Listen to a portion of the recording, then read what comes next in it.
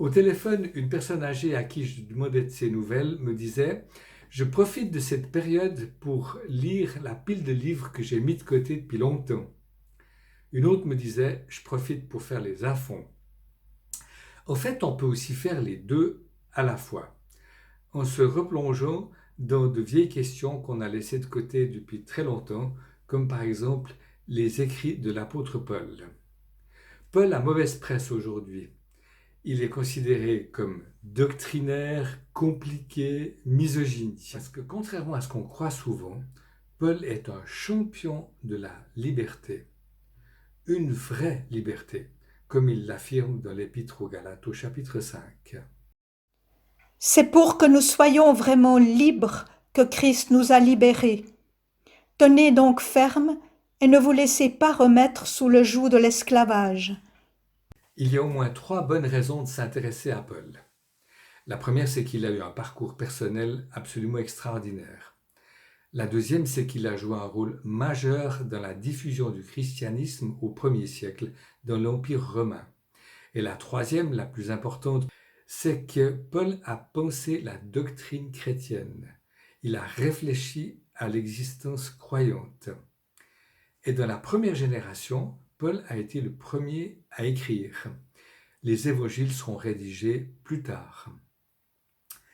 Paul met en évidence que dans le parcours du Christ, la croix a une importance centrale. La croix n'est pas un sacrifice, mais un signe de solidarité.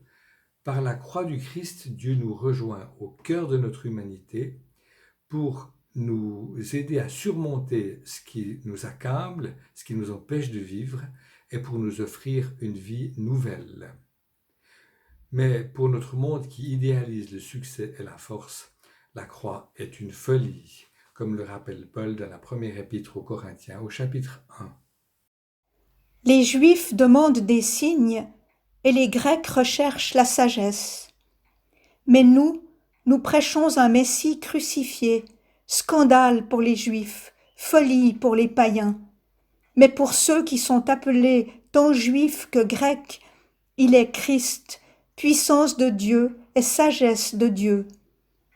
Car ce qui est folie de Dieu est plus sage que les hommes, et ce qui est faiblesse de Dieu est plus fort que les hommes. Paul nous semble compliqué, mais il ne l'était pas pour ses destinataires. Il s'exprime comme un rabbin du 1er siècle qui ne craint pas de faire s'entrechoquer des affirmations qui sont contradictoires. Mais attention, elles n'ont pas toutes la même importance. Celle qui suit dans l'Épître aux Galates est d'une importance fondamentale. Il n'y a plus ni juif ni grec, il n'y a plus ni esclave ni homme libre, il n'y a plus ni homme ni femme, car vous tous, vous êtes un en Jésus-Christ. Paul affirme que tous les êtres humains ont la même valeur aux yeux de Dieu, c'est-à-dire dans l'absolu. Et en même temps, dans la pratique, il y a des différences sociales qui seraient irréalistes de ne pas reconnaître. Toutefois, et ça c'est capital, ces différences ne créent aucune hiérarchie dans la communauté chrétienne. Et ça, au 1er siècle, c'est absolument révolutionnaire. Dans la communauté chrétienne de Corinthe, fondée par Paul, des femmes exercent un ministère en tant que prophétesses.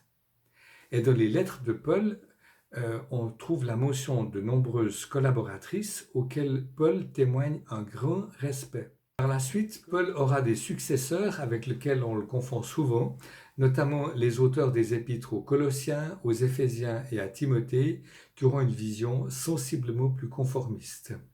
En ces temps où bien des choses peuvent nous angoisser et nous désorienter, Paul nous rappelle que ce qui donne un fondement indestructible à nos vies, c'est l'amour de Dieu que le Christ nous a révélé. Pour en savoir plus sur Paul, je vous recommande vivement ce petit ouvrage de Daniel Marguerat, absolument remarquable.